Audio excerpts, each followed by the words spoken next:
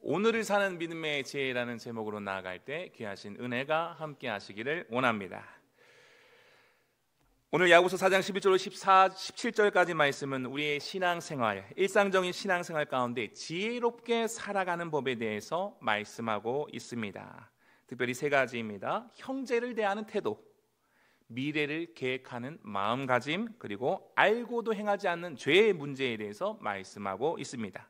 이 말씀을 통해서 우리의 일상 속에서 어떻게 이러한 믿음의 지혜를 또한 실천할 수 있을지 그 은혜를 나누기를 원합니다. 첫 번째입니다. 읽어보겠습니다. 시작. 서로 비방하지 말라. 11절 12절 말씀 읽겠습니다. 시작. 형제들아 서로 비방하지 말라.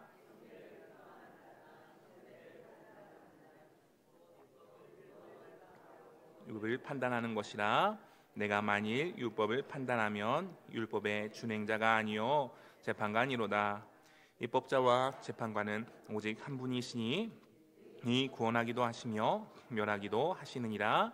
너는 누구이기에 이웃을 판단하느냐. 아멘. 야고보가 성도들에게 서로 비방하지 말라고 강력하게 말씀하고 있습니다. 여기서 비방이라는 단어는 헬라어로 카탈랄레오라고 하는데 이것은 뒤에서 험담하다, 악하게 말하다라는 의미를 가지고 있습니다. 타인의 명예를 훼손하거나 인격을 손상시키는 모든 종류의 말이 포함됩니다. 이러한 비방이 왜 문제가 되는 것입니까? 형제를 비방하고 판단하는 것이 단순히 사람에 대한 잘못인 것이 아니라 하나님의 율법을 비방하고 판단하는 것과 같다고 말씀하시는 것입니다. 매우 심각한 문제이기 때문에 말씀하고 있는 것이에요. 지금 야고보가 지금 이렇게 말하고 있는 것, 교회 안에 이러한 일들이 있다라는 거예요, 없다라는 거예요? 있다라는 것입니다. 율법을 주신 분은 하나님이시고 그 율법을 판단하는 것은 하나님의 권위에 도전하는 것이기 때문이다라고 말씀하는 것입니다. 우리가 다른 사람을 함부로 판단하고 비방할 때 우리는 하나님만이 가지신 권한을 나도 모르게 침해하고 있는 것이다 라는 것이에요. 굉장히 조용해지네요. 마태복음 7장 1절로 2절 말씀 읽겠습니다. 시작. 비판을 받지 아니하려거든 비판하지 말라. 너희가 비판하는 그 비판으로 너희가 비판을 받을 것이요 너희가 헤아리는 그 헤아림으로 너희가 헤아림을 받을 것이니라 말씀하고 있습니다. 우리가 어떤 기준으로 다른 사람을 판단하는지가 얼마나 중요한지 말씀에서 보여주고 있습니다. 자기 자신에게는 굉장히 관대하면서 타인에게는 아주 엄격한 기준을 적용하곤 합니다. 이것이 예수님께서 경계하시는 위선적인 태도요 불신앙이 된다라는 것입니다. 우리 중에 이와 같은 불신앙이 없는 사람이 있습니까? 전 없는데요. 하신다고 한다면 성령께서 은혜를 주시고 도와주신 것이에요. 이런 위험에 한 사람도 넘어지지 않을 자가 없다라는 것입니다. 우리는 일상에서 얼마나 쉽게 타인을 판단하고 비방하고 있습니까? 교회 안에서도 직장에서도 가정에서도 우리는 종종 다른 사람의 실수나 약점을 지적하며 판단의 자리에 앉곤 합니다. 소셜미디어의 댓글, 카카오톡, 대화방, 친구들과의 모임에서 이루어지는 모든 대화 속에서 우리는 무의식적으로 형제자매를 향한 비판의 말을 얼마나 쏟아내고 있습니까? 비방은 공동체를 분열시키는 강력한 도구가 됩니다. 한 번 받은 비방의 말이요 되돌리기가 쉽지가 않습니다. 그 영향력은 나는 이럴 의도로 말하지 않았는데 이렇게까지 될지 몰랐는데 상상 이상으로 깊고 넓게 퍼지는 것입니다. 잠언 18장 21절 말씀에서 죽고 사는 것이 혀의 힘에 달렸나니 혀를 쓰기 좋아하는 자는 혀의 열매를 먹으리라 말씀하고 있습니다. 우리의 말은 생명을 살리기도 하고 죽이기도 하는 엄청난 힘을 가지고 있음을 기억하시길 바랍니다. 야고보는 우리에게 분명히 말씀합니다. 입법관과 재판관은 오직 한 분 하나님이시다. 로마서 14장 4절 말씀에서 남의 하인을 비판하는 너는 누구냐? 그가 서 있는 것이나 넘어지는 것이 자기 주인에게 있음에 말씀하고 있습니다. 우리는 다른 사람의 마음이나 동기를 온전히 알 수 없습니다. 그런데 다 아는 것처럼 판단하고 정죄하고 비판해서는 안 된다라는 것입니다. 오직 하나님만이 사람의 중심을 보시는 것입니다. 특히 교회 공동체 안에서 서로 비방하고 험담하는 것은 성령의 역사를 방해하는 심각한 문제가 된다라는 것입니다. 바울은 에베소서 4장 29절 말씀에서 이렇게 말씀합니다. 다 함께 읽겠습니다. 시작. 무릇 더러운 말은 너희 입 밖에도 내지 말고 오직 덕을 세우는데 소용되는 대로 선한 말을 하여 듣는 자들에게 은혜를 끼치게 하라. 아멘. 무엇을 끼치게 하라? 악영향을 끼치게 하래요? 은혜를 끼치게 하라 말씀하고 있습니다. 우리의 입술에서 나오는 모든 말들이 비방과 판단의 말이 아니라 사랑과 격려와 세움의 말이 될 수 있기를 바랍니다. 주님의 도우심을 구해야지만 우리가 할 수가 있어요. 애기들 보니까요, 함부로 다 따라하더라고요. 엄마 아빠를 따라해요. 그게 말 조심해야겠더라고요. 근데 다 큰 어른이 되어서 말 조심하기가 쉽습니까? 어렵습니까? 말 조심하기가 쉽지 않아요. 누구도 말을 이렇게 해도 옆에서 그냥 피할 뿐이지, 당신 말 똑바로 하세요, 말 잘못하고 있어, 하나님 앞에 죄 짓고 있어요, 말하는 사람이 없어요. 왜요? 말하기가 어렵거든요. 사랑과 격려와 세움의 말, 덕을 세우는 말, 은혜의 길을 끼치는 말과 행동으로 나아가실 수 있길 바랍니다. 그것이 하나님의 율법을 존중하고 실천하는 순종의 삶이 되어진다 말씀하고 있는 것입니다. 하나님을 사랑하십니까? 서로 비방하지 말고 용서와 사랑으로 나아가시기 바랍니다. 하나님을 사랑하십니까? 비방받고 판단받아야 할 죄인인 누구예요? 나를 대신해 예수님이 죽으신 것을 기억하시길 원합니다. 그것을 생각하면 원수 같은 사람, 정말 잘못했던 사람들도 그렇게 미워할 수 있을까요? 미워할 수 있어요. 그럼에도 불구하고 십자가를 더욱더 깊이 묵상하고 나는 죽고 예수로만 살게 되었다, 갈라디아서 2장 20절을 고백하면 고백할수록 성령께서 나를 도우사 하나님께서 기뻐하시는 말과 행동, 덕을 끼치는 말, 하나님이 은혜를 끼치는 말과 행동을 하게 하신다라는 것입니다. 나는 죽고 예수로 사는 내가 되었습니다. 아멘. 우리 모두가 나는 죽고 예수로만 사는 자 되었죠? 아멘. 예수를 믿는다고 하는 것은 그런 것입니다. 나는 죽고 예수로만 사는 내가 더 이상 비방하고 판단할 이유가 없습니다. 그것은 하나님께서 기뻐하시는 생명의 성령의 법 안에서 살아가는 삶이 아닙니다. 혹시라도 그와 같은 삶을 뒤에서 험담하고 비방하고 회방을 놓는, 은혜를 끼치기보다는 상처를 주고 아픔을 주고 그러한 말을 하는 사람의 자리에 있다고 한다면 회개하시기 바랍니다. 그리고 혹여라도 그러한 사람을 보신다고 한다면 그를 위해서 기도해 주실 수 있길 바랍니다. 두 번째입니다. 읽어보겠습니다. 시작.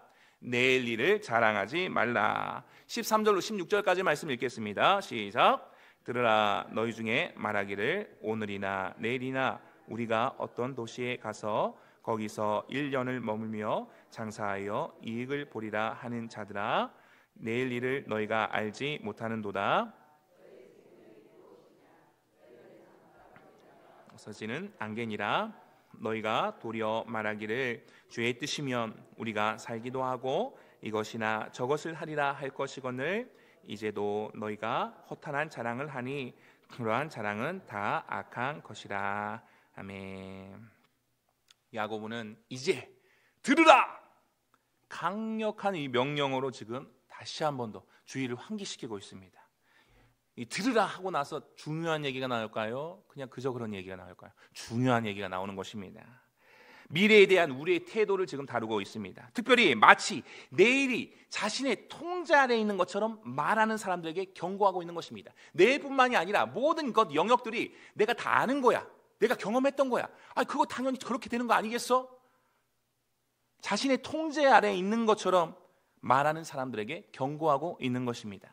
당시 상인들은 도시에서 도시로 이동하며 장사를 했는데 이들 중 일부는 마치 미래가 자신의 손 안에 있는 것처럼 확신에 찬 계획을 세웠다라는 것입니다. 야고보는 이런 태도가 하나님의 주권을 인정하지 않는 교만한 것이다 라고 지적하고 있는 것입니다.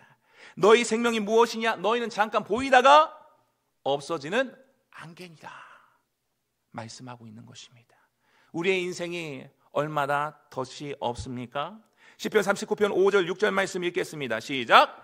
주께서 나의 날을 한 뼘 길이만큼 되게 하심에 나의 일생이 주 앞에는 없는 것 같사오니 사람은 그가 든든히 서 있는 때에도 진실로 모두가 허사뿐이니라. 헛된 일로 소란하며 재물을 쌓으나 누가 거둘는지 알지 못하나이다. 말씀하고 있습니다. 우리는 종종 내일을 당연하게 여깁니다. 그리고 내가 가져왔던 내 지식, 경험, 내가 가지고 있는 것을 가지고서 앞으로는 당연히 이렇게 될 거야, 이렇게 되는 것이지, 다 아는 거야, 당연하게 여깁니다. 내년에는 이런 계획을 세우고 10년 후에는 이렇게 될 거야, 저렇게 앞으로는 저 앞에 어떻게 될 것인데, 미래를 확신합니다. 그러나 최근에 우한 코로나나 갑작스러운 재난, 예상치 못한 질병은 우리의 인생이 얼마나 불확실한지 다시 한 번 더 깨닫게 해주고 있습니다. 우리의 생명이 돈과 명예와 지위, 자녀, 부동산에 달려있는 것이 아닙니다. 우리의 생명은 정말 우리 주 하나님의 손에 달려 있습니다. 시편 90편 12절 말씀입니다. 읽어보겠습니다. 시작. 우리 날 계수함을 가르치사 지혜로운 마음을 얻게 하소서라고 기도하고 있습니다. 지혜로운 마음이 뭐예요? 우리에게 우리 날 계수함을 아는 것, 우리의 날이 유한함을 인정하는 것, 우리의 날이 유한함을 인정할 때 비로소 정령 중요한 것을 쫓아서 영혼의 가치를 따라서 살아갈 수 있게 된다라는 것입니다. 오 하나님, 우리로 남은 날이 유한한 것을 인정할 수 있는 믿음을 주옵소서. 잠언 27장 1절 말씀에 너는 내일 일을 자랑하지 말라. 하루 동안에 무슨 일이 일어나는지 내가 알 수 없음이니라 말씀하고 있습니다. 하나님만이 우리의 미래를 아시며 우리의 모든 삶은 하나님의 섭리 아래에 있습니다. 아멘. 그렇다면 우리는 어떤 태도를 가져야 하겠습니까? 전 세계를 보게 되면, 뉴스를 보게 되면 어떤 뉴스가 나옵니까? 나라가 무너집니다. 경제가 무너집니다. 이곳저곳에서 이루 말할 수 없는 혼란의 것들이 일어나게 되어지고 있습니다. 이러한 상황 속에서 우리가 어떤 태도를 가져야 하겠습니까? 야고보는 15절 말씀에서 주의 뜻이면 이라는 표현을 사용하라고 말씀하고 있는 것입니다. 주의 뜻이면 어떤 거요? 함께 하고 계신 거죠? 주의 뜻이면, 주의 뜻이면, 이것은 단순한 말의 형식이 아닙니다. 하나님의 주권을 인정하는 마음의 태도다라는 것입니다. 모든 계획 가운데 하나님의 뜻을 구하고 하나님의 인도하심을 따르는 겸손한 자세. 오늘 말씀에서 어떤 말씀이요? 따라해 보겠습니다. 시작. 주의 뜻이면. 맞습니다. 주의 뜻이면 이라는 것입니다. 누가복음 12장 16절로 21절에 어리석은 부자의 비유가 나옵니다. 그는 많은 소출을 거두고 더 큰 창고를 지어 평안히 쉬며 즐기리라. 더 큰 창고 지었으니까 이제 쉴 일만 남았구나 했지만 하나님의 말씀이 무엇이었습니까? 어리석은 자여, 오늘 밤에 내 영혼을 도로 찾으리니 그러면 내 준비한 것이 누구의 것이 되겠느냐 말씀하시는 것입니다. 우리 성도님들이 오늘이라는 날을 하나님의 선물로 받아들이실 수 있길 바랍니다. 오늘 기쁘고 오늘 감사하고 오늘 찬양하며 나아가는 것이 하나님께서 기뻐하시는 믿음입니다. 그리고 그날 주어진 삶에 최선을 다하실 수 있기를 바랍니다. 우리의 모든 계획을 항상 하나님의 뜻 앞에 내려놓는 겸손함을 우리가 날마다 예수님을 통하여, 말씀을 통하여 배워가기를 원합니다. 이것은 계획을 세우지 말라는 그런 것이 아닙니다. 오히려 모든 계획 가운데 하나님의 인도하심을 구하고 하나님의 뜻에 우리의 계획을 맞추는 지혜가 필요하다라는 것입니다. 누구의 계획에 누구의 뜻을 맞춘다고요? 하나님의 계획에 우리의 뜻을 맞추는 게 지혜인 거예요. 내 계획에 하나님 이거예요, 따라오세요, 이거 해주셔야 돼요. 이게 지혜가 아니다라는 것입니다. 내 계획, 내 생각이 아니라 하나님의 계획, 하나님의 생각, 주의 뜻이라면 마음의 태도를 가지고 매일 예수님 닮은 겸손으로 살아내시기를 원합니다. 세 번째입니다. 읽어보겠습니다. 시작. 선을 행할 줄 알고도 행하지 않는데. 17절 말씀 읽겠습니다. 시작. 그러므로 사람이, 아멘. 선을 행할 줄 알고도 행하지 아니하면 죄니라. 이 짧은 한 구절이 강력한 주의 뜻을 담고 계십니다. 야고보는 이전 구절들을 통해 말씀을 전한 후에 뭐라고 말한 거예요 지금? 그러므로 결론적 표현으로 지금 말씀하고 있는 아주 중요한 하나님의 원리를 말씀해 주겠다 이렇게 말씀하시는 것이죠. 우리는 종종 하지 말아야 할 것을 했을 때만 죄라고 생각하는 경향이 있습니다. 그러나 야고보는 해야 할 것을 알면서도 하지 않는 것 역시 죄라고 말합니다. 불이행의 죄, 태만의 죄라고 할 수가 있습니다. 선을 행할 줄 안다라는 것이 무엇을 의미합니까? 단순히 지식적으로 아는 것뿐만이 아니라 행동해야 할 필요성과 방법을 알고 있다라는 의미입니다. 하나님께서 우리에게 선할 일을 행할 수 있는 기회와 능력을 주셨습니다. 에베소서 2장 10절 말씀에서 이렇게 말씀합니다. 읽겠습니다. 시작. 우리는 그가 만드신 바라 그리스도 예수 안에서 선한 일을 위하여 지으심을 받은 자니 이 일은 하나님이 전에 예비하사 우리로 그 가운데서 행하게 하려 하심이니라 말씀하고 있습니다. 누가복음 12장 47절 48절에서 또 이렇게 말씀하고 있습니다. 주인의 뜻을 알고도 준비하지 아니하고 그 뜻대로 행하지 아니한 종은 많이 맞을 것이요 알지 못하고 맞을 일을 행한 종은 적게 맞으리라. 무릇 많이 받은 자에게는 많이 요구할 것이요 그 다음 뭐죠? 많이 맡은 자에게는 많이 달라 할 것이니라 말씀하고 있습니다. 이것은 지식과 책임의 관계를 분명하게 보여주고 있습니다. 회사를 들어가도요 책임이 있어요 없어요? 말단에 맞는 책임이 있어요. 그럼 교회에 다니면요 교회에 다니면서 믿음을 먼저 믿는 선배로서 책임이 있을까요 없을까요? 하나님께서 책임을 묻지 않는 것 같으시지만 그거 다 하나하나 살리고 지금 다 계산하고 계신 거예요. 바울도 로마서 7장 18절 19절 말씀에서 이렇게 말씀합니다. 내 속 곧 내 육신에 선한 것이 거하지 않은 줄을 아노니 원함은 내게 있으나 선을 행하는 것은 없노라. 내가 원하는 바 선을 행하지 아니하고 도리어 원하지 아니하는 바 악을 행하는도다 라고 고백합니다. 많은 그리스도인들이 경험하는 내적 싸움, 갈등을 보여주고 있습니다. 우리가 종종 해야 할 선한 일을 알면서도 여러 이유들을 들어서 실행에 옮기지 못합니다. 옮기지 않습니다.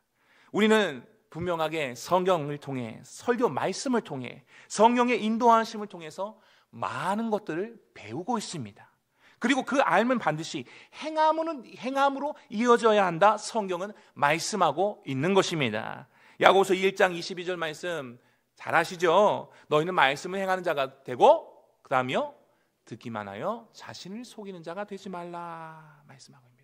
거짓말쟁이가요 다른 사람의 거짓말쟁이가 아닌 거예요. 세상에서는 일할 때 거짓말 안 했는데 그래 일 똑바로 성실하게 잘했네. 하지만 우리 예수 믿는 사람은요 말씀을 들었는데 말씀대로 행하지 아니하면은 그게 거짓말쟁이가 되는 거예요. 이 자리에서 우리 가운데 거짓말쟁이 아니신 분이 계십니까?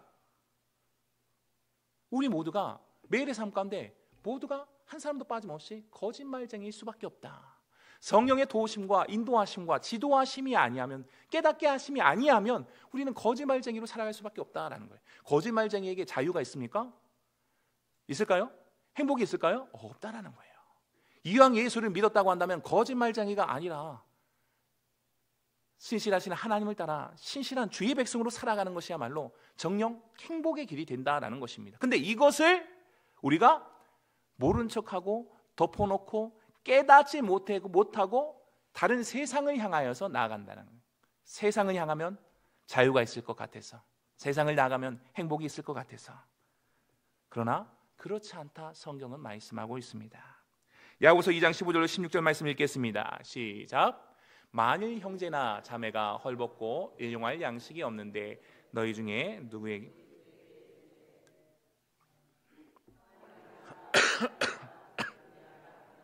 그 몸에 쓸 것을 주지 아니하면 무슨 유익이 있으리요. 아멘. 지금 이런 말씀들이 성경에요 많이 있죠. 많이 있어요. 우리의 신앙이요 가만히 있어서는 안 되고 실제적인 행동으로 나타내고 좀 드러나져야 된다라고 말씀하고 있는 것입니다. 선을 행하는 것에는 여러 형태가 있습니다. 가난한 자를 돕고 아픈 자를 위로하며 복음을 전하고 불의에 맞서는 것 등 다양하게 있습니다. 이 모든 것을 다 누가 먼저 하셨습니까? 우리 예수님이 먼저 하신 거예요. 이러한 선한 일들을 알면서도 행하지 않는 것이 바로 죄인 것입니다. 마태복음 25장의 양과 염소의 비유에서 예수님이요 이렇게 말씀합니다. 내가 줄일 때에 너희가 먹을 것을 주었고, 목마를 때에 마시게 하였고, 나그네 되었을 때 영접하였고, 헐벗을 때에 옷을 입혔고, 병들었을 때에 돌보았고, 옥에 갇혔을 때에 와서 보았느니라 말씀하셨습니다. 그리고 이 말씀을 덧붙이십니다. 너희가 여기 내 형제 중에 지극히 작은 자 하나에게 한 것이 곧 내게 한 것이니라. 아멘.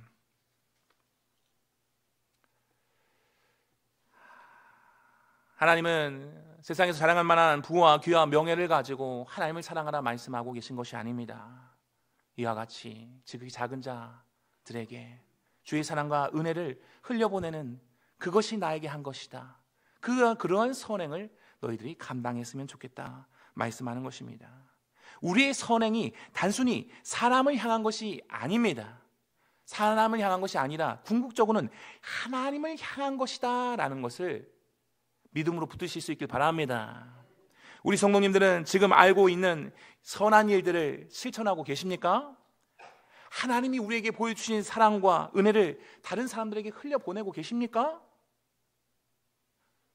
돈이 많아서 선한 일을 하는 거 아니라고 말씀드렸습니다.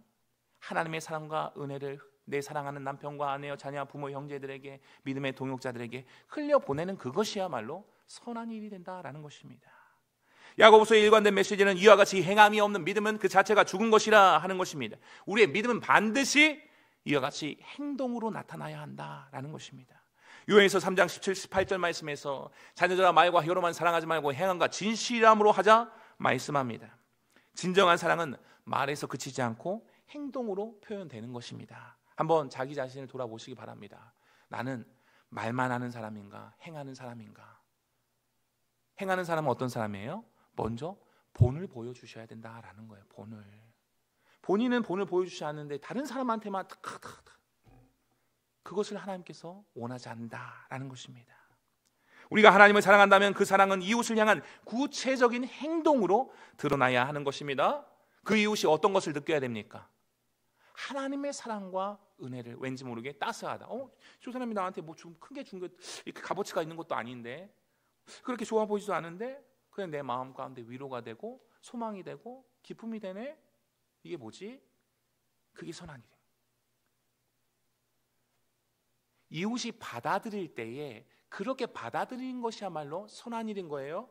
나 혼자 나 선한 일이, 나 하나님의 사랑 은혜 막 흘려보낸 것 같아. 자기 혼자 착각에 빠져서는 안 된다라는 거예요.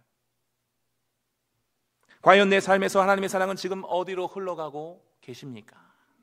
갈라디아서 6장 9절로 10절 말씀입니다. 읽겠습니다. 시작. 우리가 선을 행하되 낙심하지 말지니 포기하지 아니하면 때가 이름에 거두리라. 그러므로 우리는 기회 있는 대로 모든 이에게 착한 일을 하되 더욱 믿음의 가정들에게 할지니라. 아멘. 이와 같이 선을 행하는 것이 쉽다는 것입니까? 어렵다는 것입니까? 쉽지 않다라는 것입니다. 쉽지 않다라는 것이에요. 우리 모두가 지금 선한 일을 행하라 말을 들었지만 그 일을 실제적으로 행하는 사람은 많지 않고 그 일을 행하기가 쉽지 않다라는 것입니다.